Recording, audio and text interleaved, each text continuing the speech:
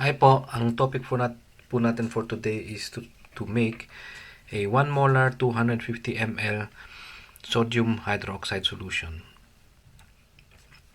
So, umpisahan po natin dito sa formula po. So, ito po yung formula, bagong formula na pag, uh, pag-aral natin, no? Is molar concentration formula. Yung molar po yung kung gaano kadaming molecules po ang nasa loob ng isang solution, which will determine the concentration po ng kung gaano po kadami yung molecules nasa loob po ng, depende po kung gaano kadami yung volume ng tubig, no? So nandito po yung nasa taas po yung molecules, no, mole. Ito po yung molecules. Tapos, ito naman po yung liters. So, molecules divided by liters equals the concentration.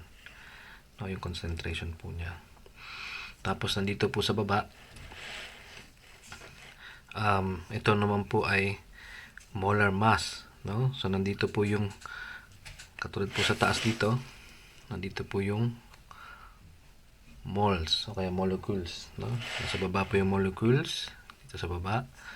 Tapos, nandito naman po yung mass, no? Nandito po yung weight niya, yung grams, kung gaano kadami, no? Kung gaano kadami, tapos nandito po yung kung gaano kadaming molecules po, no? Gaano kadami yung molecules. Ito po yung molar mass, no? So ang labas po nito is grams per mole. Grams per mole, no? Magagamit po natin ito mamaya. So nito po yung molecules, gaano kadami molecules, andito mo gaano kadami yung grams, no? Tapos ang labas niyan is grams per mole po. Labas dito yung numero. Kung ano po yung gaano kabigat po yung substance, no? Divided po sa ilang molecules, ang labas po niyan is yung grams per mole. Yun po yung molecular mass, yung bigat niya. Okay. Tignan po natin kung ano po yung ilalagay natin dito sa loob ng mga sa formula po. So, umpisahan po natin muna sa konting explanation kung ano po yung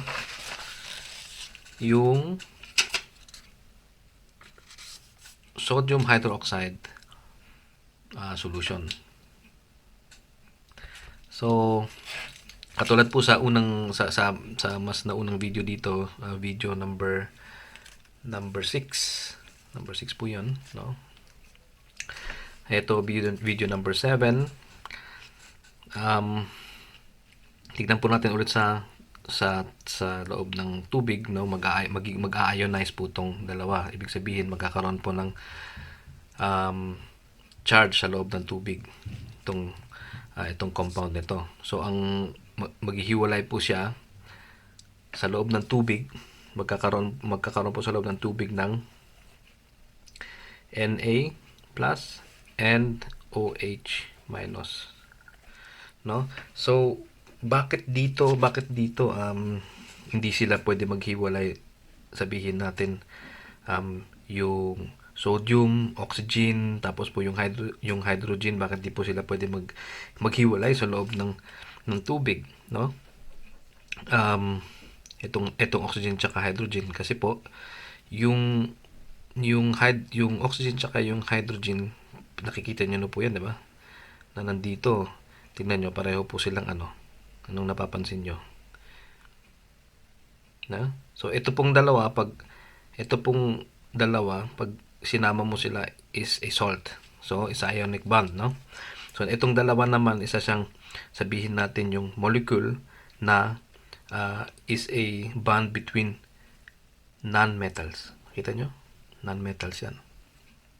So yung bond nila sa loob ng tubig, yung water, yung environment is not strong enough to separate these two elements from one another, no? So they will remain together sa loob ng aqueous, o kaya sa loob ng tubig, o kaya sa loob ng aqueous environment, no? So ang charge nila doon is negative, kasi nakikita nyo dito, itong oxygen, malakas po yung ano dyan, di ba, electronegativity niya. So, tapos, nakukuha rin po niya dito yung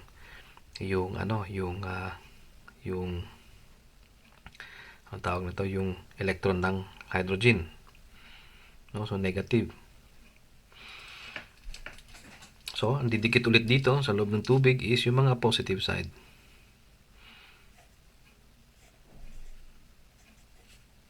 No? So, yung sa unang video, katulad ng pinakita ko na po sa inyo is partial negative, partial positive, no?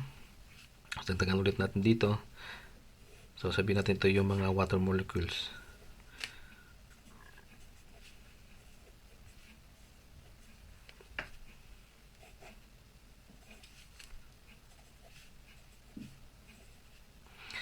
Partial negative, partial positive, no?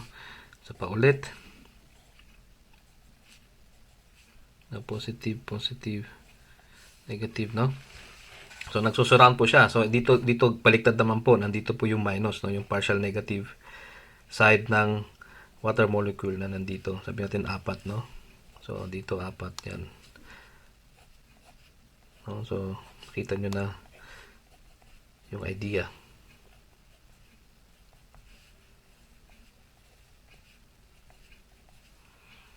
So, partial negative, H, no? Ito positive. So, nagsurround na po sa loob ng tubig. So, alam po natin na nakita nyo na po na ang dalawang ions na mag-exist sa loob ng tubig in our solution is a sodium ion and a hydroxide ion, no? Hydroxide. So, hydroxide ion to, no? Yung tubig, hydro, and oxide, sama sila, no? Hydroxide ion. So, ngayon, tignan natin po, yung concentration po is gaano po kadaming ganitong klaseng ions ang mapupunta sa loob ng tubig. So, yun po yung magiging concentration niya. So, ang isang mole, 1 mole po, 1 mole, no, 1 mole is equals to 6.022 times 10 to the 23rd. Ganyan po kadami yung isang mole. So, pag ano po to, papakita po natin kung gaano kadami, no? So, 23. So, 1, 2, 3. So, 1, 2, 3, 0, 2, 2, tapos 20 pa na 0. 1, 2, 3, 4, 5, 6, 7, 8, 9, 10, 11, 12, 13, 14, 15, 16, 17, 18, 19, 20. So, ganyan po kadami yung isang mole. No? Ibig sabihin, pag meron kayong isang mole, pag isang mole po, ganito po kadami yan. No? Pag sinabing 1 mole. So, gagawa po tayo ng 1 molar. So, ibig sabihin, gagawa po tayo ng isang solution na ganitong kadami na sa loob ng isang solution. No? So, ganito kadami. Ganyan kadami na sa loob nun. Marami po yan. No? Tapos, ang concentration po, kung gaano po kalakas gaano po kataas yung concentration, is ganun po din bilis yung, sabihin natin, yung pagbabangga ng mga elements o compound na sa loob na magkaroon ng isang reaction. So, isipin nyo po, pag for example, yung low concentration, sabihin natin, nandito po yung sabihin natin yung isa nandito, no? Tapos yung puro plus po yan, no? Sabihin natin puro plus, no? Tapos nandito mga minus, sabihin natin mga minus, tapos marami mga minus, yung mga plus hindi po siya masyado magre-react, no? Sabihin natin ganun kasi yung no, mas maano. So maraming minus na sa loob. So kasi yung ibang plus hindi po yan na kaagad magre-react, sabihin natin ganun sa ibang bagay. So masabi natin mas marami yung mga concentration ng minus sa loob, no? Minus ay yung negative ions na nasa loob niyan, no?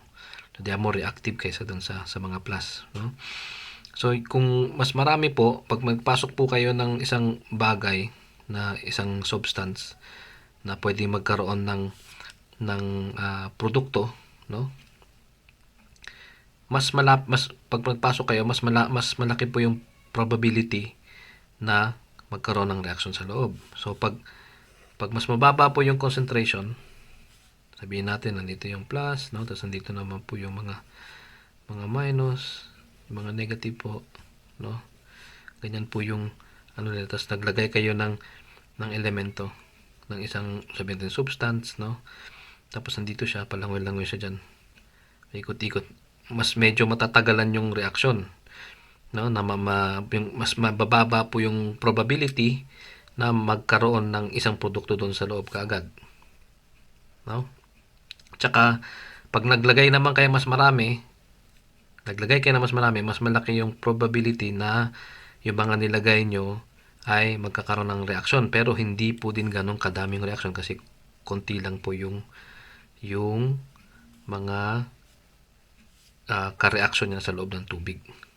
Nasa loob ng tubig, yes. No? So mas konti yung low concentration kasi to, kahit na naglagay kayo ng mas maraming compound dyan na gusto nyo mag-react sa loob ng solution, hindi din po ganun kalaki yung magiging reaction niya kasi low concentration natin po yan. No? So depende lang po. So kasi po may mga tinatawag na, 'di ba, yung mga redox reaction, tapos yung balancing ng mga half reactions. So makikita nyo kung gaano kadaming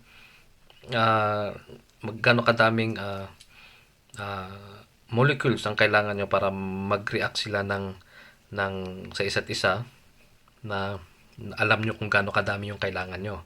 So makukwenta nyo kung ilang molar ba yung kailangan nyo doon na mag-react doon sa loob ng solution na yon. So malalaman nyo, o kaya malalaman nyo kung gaano kadami ang kailangan nyo, no, para sa reaction na yon, kung ilan molecules.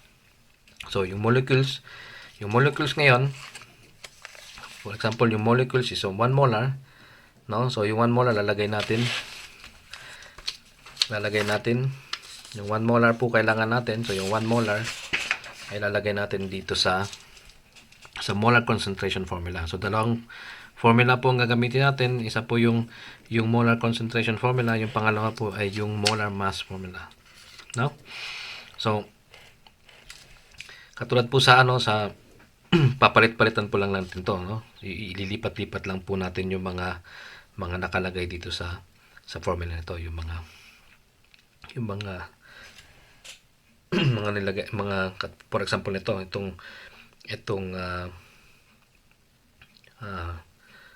N, for example, no? N is for the molecules, ito naman yung liter para sa volume, no? Tapos ito naman po yung molar, no? So meron na tayong isang sagot. Kailangan natin is 1 molar. Lalagay natin dito. Tapos meron na tayong 250 ml. Lalagay natin dito. I-convert po natin siya sa liter, no? Tapos NaOH. Alam natin na NaOH yung kailangan natin, no? Pero hindi natin alam kung ilang mol yun. Pero alam natin ilang molar, pero hindi natin alam ilang mol. Tapos hindi rin natin alam kung ilang grams ba ng sodium hydroxide salt ang kailangan natin gamitin o kailangan natin timbangin para mag-produce tayo ng isang 1 molar 250 ml sodium hydroxide solution. So umpisa na po natin.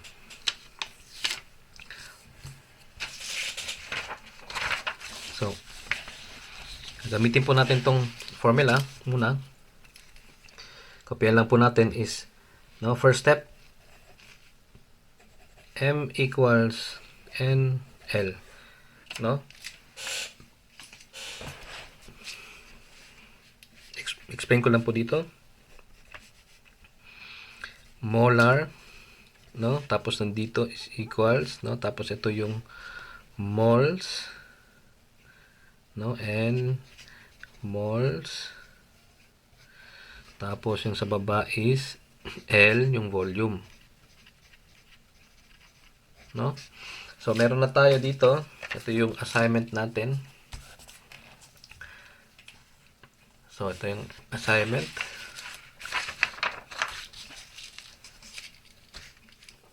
So 1 molar, lagay natin dito 1 equals, hindi natin alam yung N, no? So hanapin natin yung N. Ayun yung hanapin natin yung N.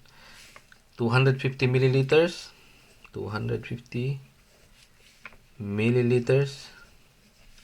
Kailangan natin i-convert sa liters, no? So 1, copy natin ulit, no? Equals to N over, no? Divided by ano to, no? So 250, no? Divided by 1,000, no? So 1,000 milliliter is equals to liter, no? So ulitin natin dito. Okay, lagyan natin dito. So 1, yung N ulit sa taas, no? Divided, ibig sabihin ba divided, papunta pala dito 3 times, no? 1, 2, 3, 10, 100,000, no? So is 0.25, no? Lagyan natin ng 0. Normally hindi na po lalagyan ng 0 dito kasi 0 na yan, no? So lagyan natin 0 para makita nyo lang. So 0 liters. So nandiyan na, no?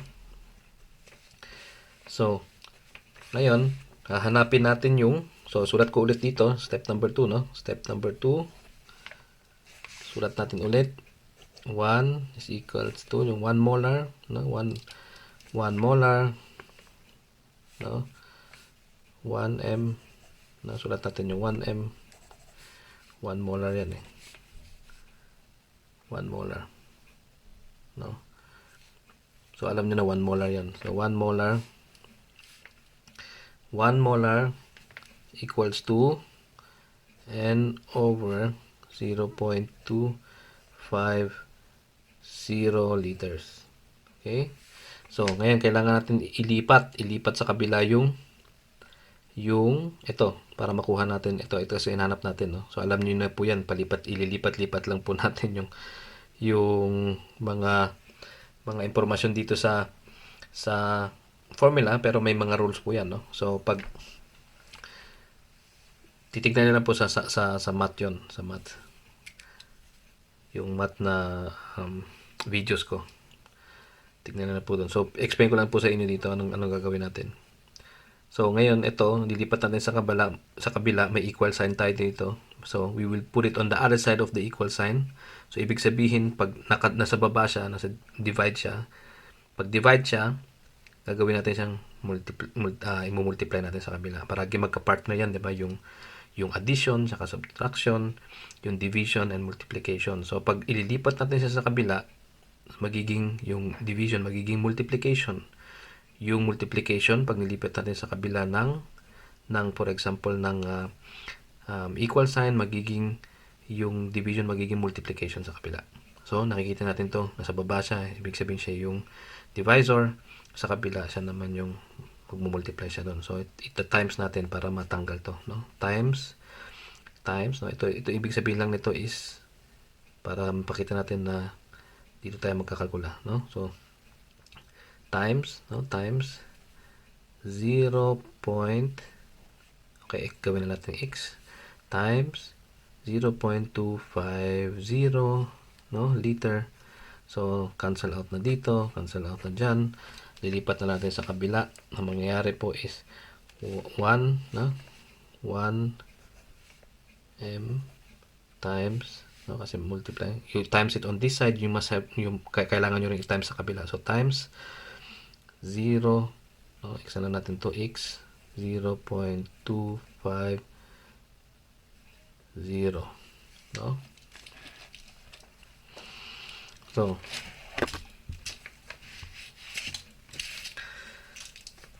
liter, tapos is equals to N.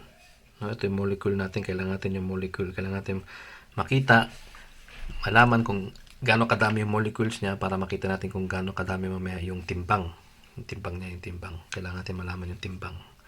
Yung target natin kasi yung hindi natin alam kung ilan bang grams ang kailangan natin timbangin ng yung sodium oxide na salt para gumawa ng 1 molar 250 milliliter sodium hydroxide solution. So N po yung nandito, no? So balik po tayo. Tapos ang gagawin na lang po natin is kakalkulate na lang po natin to, no? Kakalkulate natin. So tanggalin na natin tong mga M, yung dito, yung 1 molar tsaka itong to, no? So labas yan is 1 times 200 1 times 0.0250 is equals to 200 0.25, no? 0.25, no? 0.25 is equals to N. Ito hindi natin kailangan to, no? So nakuha na natin yan, yung N. So ang gagamitin naman natin ngayon is yung molar mass formula, no? Yung molar mass formula naman gagamitin natin. So gawa po tayo ng linya para makita natin na iba na yung kakwentahin natin. So molar mass naman, molar mass formula is M equals M, small m over N, no? So yung kailangan natin malaman dito is yung M, yung in grams, no? Kasi in grams yan eh. Ito yung grams. So ito yung mass, ibig sabihin yung weight, no? Yung weight niya in grams. Tapos ito naman yung molecules, no? Moles yan, no? So ito yung grams. Kailangan natin malaman kung ilan grams ba yung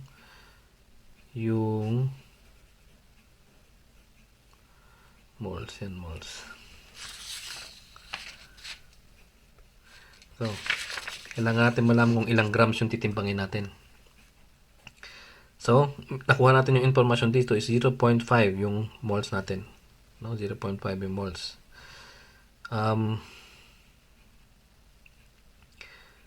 So step 1, lagyan natin yung mga information sa loob na ng formula.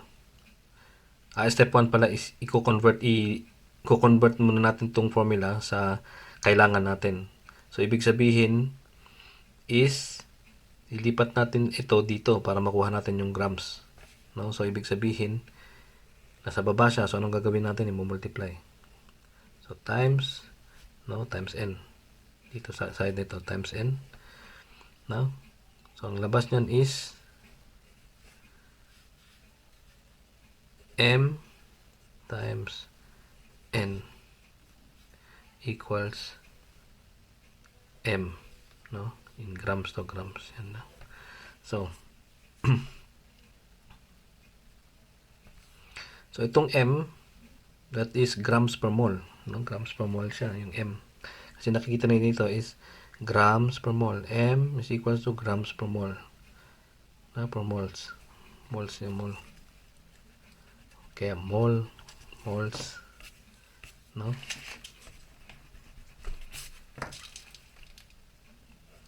So grams per mole. So lagay natin dito yung mga informasyon na ngayon. So kopyahin po muna natin ulit yung itong kinonvert natin.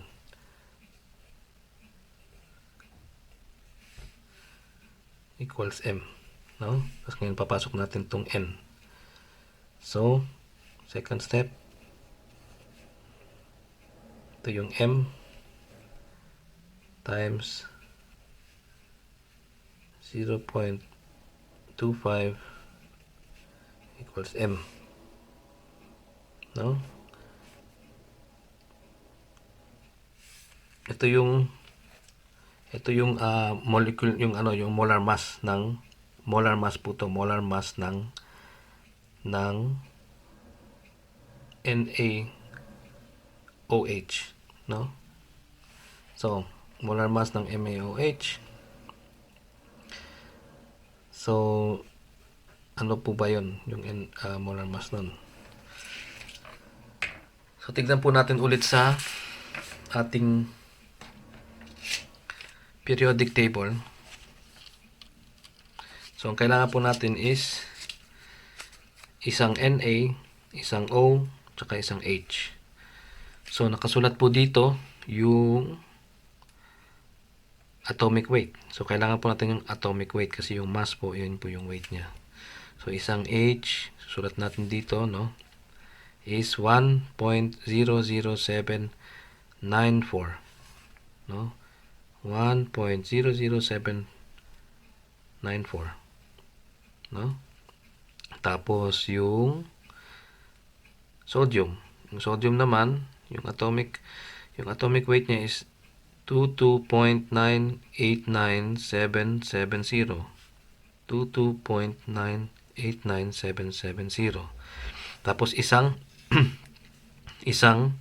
oxygen, yung oxygen po is 15.994. So, ang ginawa ko lang po dito is sodium hydroxide, no? Sodium hydroxide, NOH, no? NaOH, no? So, inisa-isa ko na lang ng ganun kung sa inyo, kung paano nyo gusto isulat yan, kasi ganito po yung formula, no? NaOH, no? NaOH. So, dito ko nilagay yung sodium, tapos yung oxygen, tapos yung hydrogen. So, ang lumabas niyan is, i-add na lang po natin lahat to, no? I-add natin yan is 39.99711 grams per mole, no? Grams per mole. Grams per mole po yan, no? Grams per mole. So, ilalagay po natin dito yung M. So, ipapasok na po natin yung M, no? So, ito po yung sa sulat ko lang po muna dito, no? So, ito po yung NaOH, no? Tapos yung niya, yung molar mass ng NaOH, no?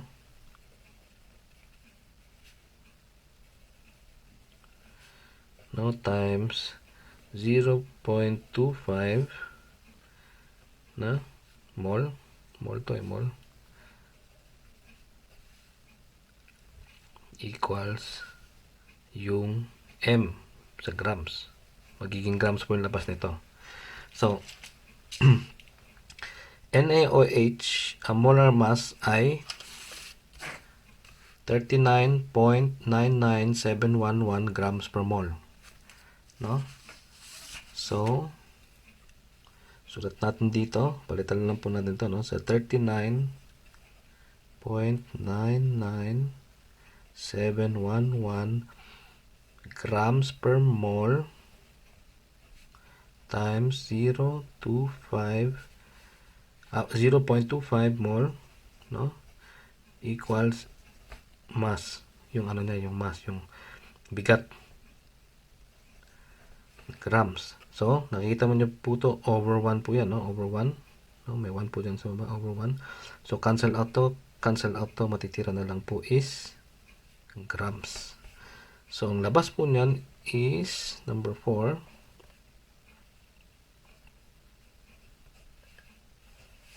Labas po niyan is calculate po natin. So,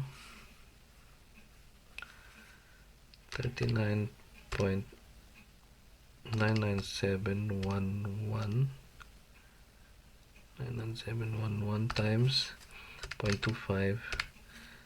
Labas po niya is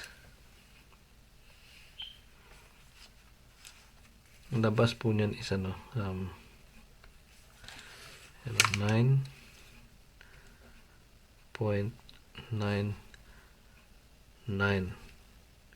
Sabihin natin 9.99. Gusto nyo may 9 pa, no? Grams.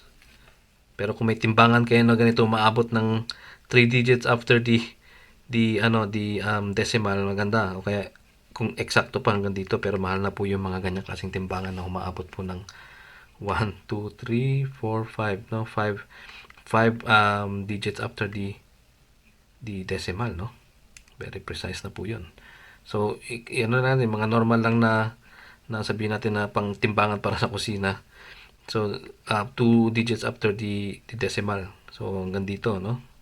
So, gawin na lang natin is, so, 9.99, no, grams. Yan na lang. So, hanggang dito lang. Hindi tayo mag-round up. So, ang kailangan natin is 9.99 grams of NaOH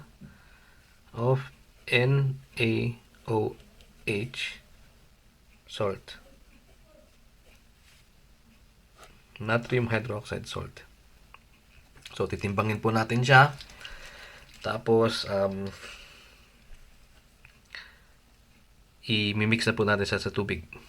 No? So, i-mix natin sa tubig yan, sa distilled water.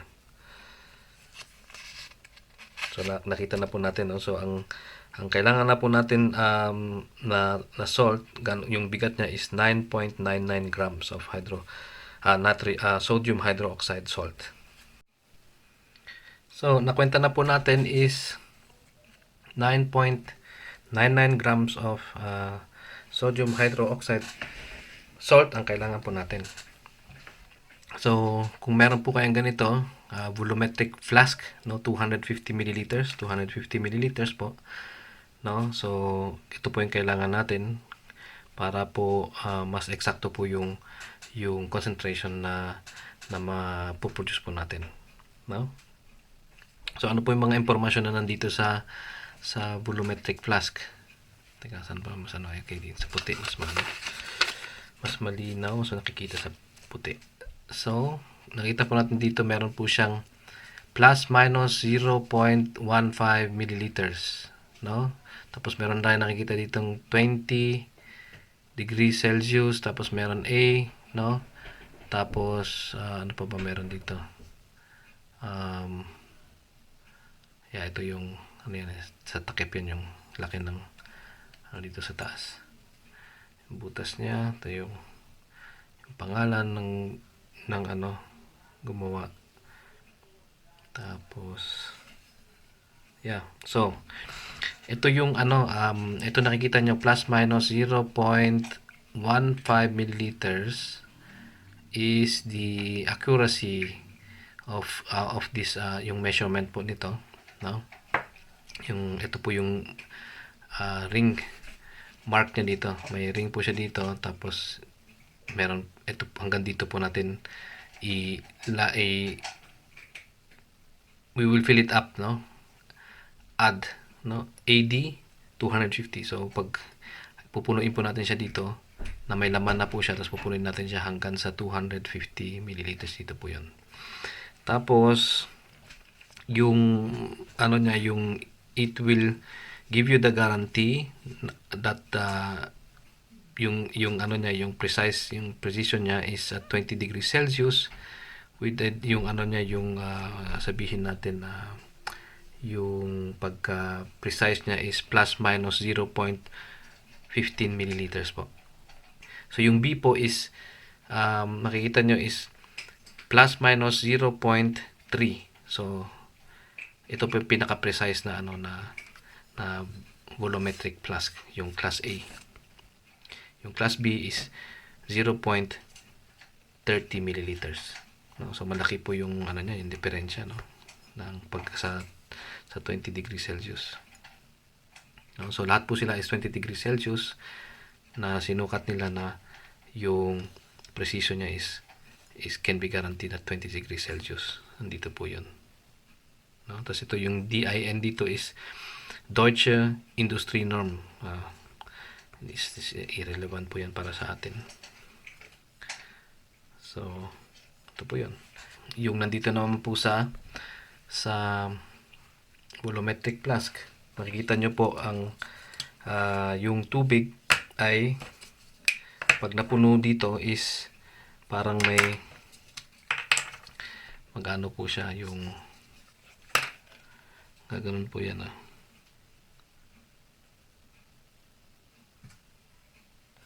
no, magkakaroon ng meniscus no. So pag nagbabasa po kayo ng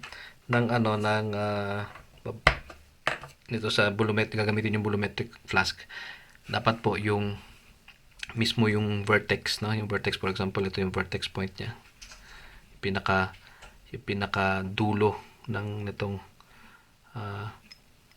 yung meniscus, no, dito sa taas ng linya. So nandyan po yun, ibig sabihin nasa 250 milliliters na po kayo, no. So ganyan po yung basa niyan, kasi yung nagaganito po yung tubig kasi dahil po sa tinatawag nila na adhesion energy, no. Adhesion energy yung power na pagdikit po ng tubig sa glass, dito po sa glass. So, nagkakaroon po ng hindi po diretso yung tubig na gano'n, kundi nagbe-bend po yung tubig dahil po sa adhesion energy.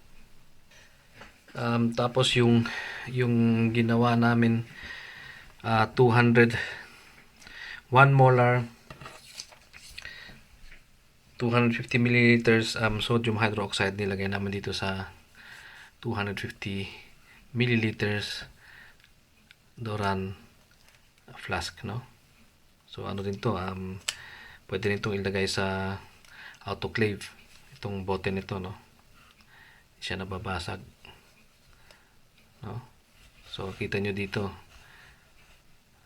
no, temperature is maximum 140 degrees Celsius, no. Pwede rin ito lagay sa sa autoclave. So pag meron kayong gustong i-sterilize dito, pinakamaganda to. Tapos ano pa ba? So pag gumawa na po kayo ng nagawa na nyo po yung liquid nyo, yung natrium hydroxide, lalagyan po natin dito ng date, no, kung kailan po ginawa yan, tapos yung kung ano pong klaseng solution yan, no. Sodium hydroxide solution, no, tapos 1 molar. So ito 1 molar.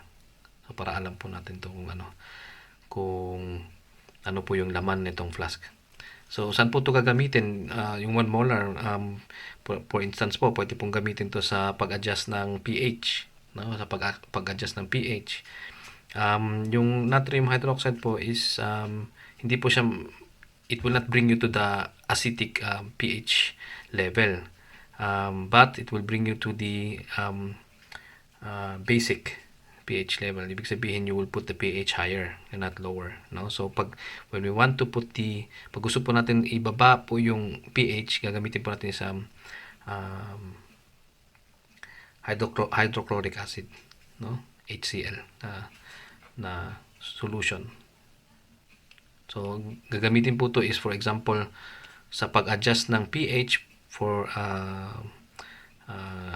agar plate, no, mga agar plate, kung saan po tutubo po yung mga, sabihin natin yung mga kinocultivate na halaman, no, na mga tissue, to tissue cultivation, no.